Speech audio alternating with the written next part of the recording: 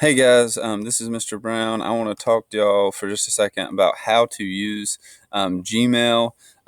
This is the email that we are currently using at our school, and so it's really important that you know how to use this, okay? Some really simple things that I like, and you can do this in your settings.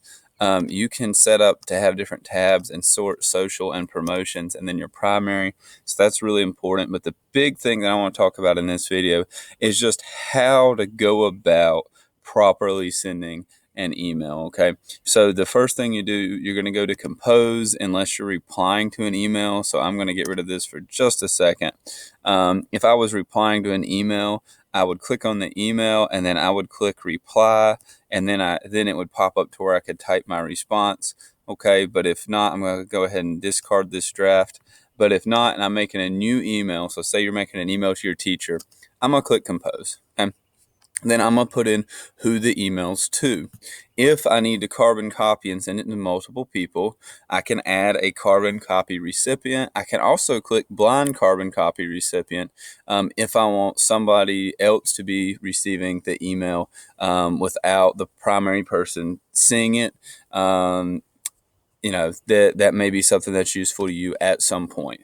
As far as your subject goes, you should always put a subject. Tell them what it's about. It doesn't have to be grand. If it's about an assignment, I would put the name of the assignment. If it's about your grade, I would put grade. If you just have a question, you can even write question or question about whatever it's about. It doesn't need to be anything long, but just a couple words to let you know what it's about. So for this one, I'm just gonna put this is sample email because I'm just showing you how to do an email, right? It's a nice 2-word title, but it's giving you an idea of what the email's about. It's kind of like the title of a paper. Okay. When you start out your email, keep in mind who you're emailing it to. If I'm sending an email to a colleague that I know pretty well, I will probably open the email with hey, and then that person's name, right? So hey, person's name, right? Okay. But if I'm emailing my teacher, I would probably say, hey, right, Mr. or Mrs. name. Okay. Or Miss. Remember the difference between ILMRS. ILMRS is they're married. ILMS is they're not married, is the distinction there. One of the big things that you would then do, you're going to skip a line after that, and then you're going to start with your first paragraph.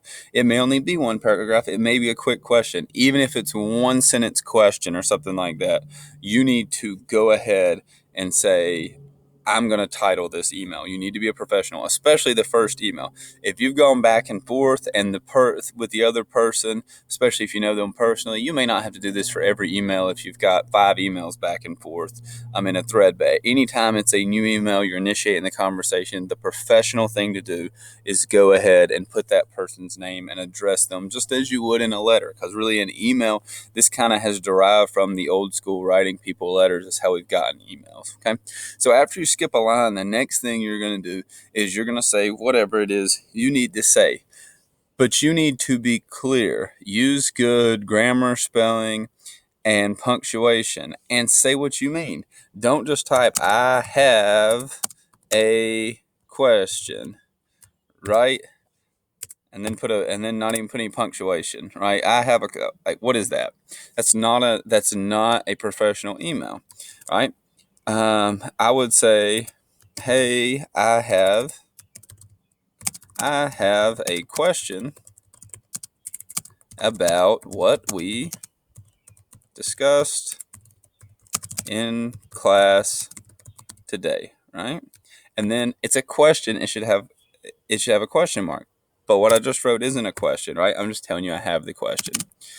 Then I might ask it, right? And so whatever my question is, and a question mark, okay? And then always say something like thank you, or it's just something in the email. I might say thank you for your help, and I can either put the comma, or if you're really excited, the exclamation point. Not too big of a deal there, but I'm gonna go ahead and put an exclamation point just because I'm trying to be a little excited, right? Because I'm really appreciating what they're doing for me. So thank you for your help. And then I'm going to put my name. So I would put like Mr. Brown. Okay. Um, Additionally, at the bottom of your email, you can set this up. This is a different thing. You can ask me how to do that, or you can also just Google how to do it. You can set up to where it automatically has, hey, this is what it says at the bottom of my email each time. That's something really useful to do as well. But I just want to talk to you about how to draft an email. A couple of other little tools that are really useful with the email, just so you're aware of them. If you need to attach a file, you click this and it will access your computer files that you have downloaded. So it's the one that looks like a paperclip. There's the Google Drive logo if you need to attach it from Drive. If you need to attach a document, that's really important. And then the last thing I want to show you how to do, just because I think it's a really nice tool.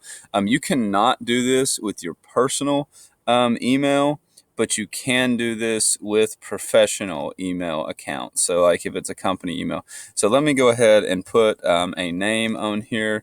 And then if I click these three dots, I can actually request read receipt. And if I click that, if I actually was going to send this email, then it would I would have that read receipt, and when they read it, they would click that they had read the email. So I would know that they have at least received the email.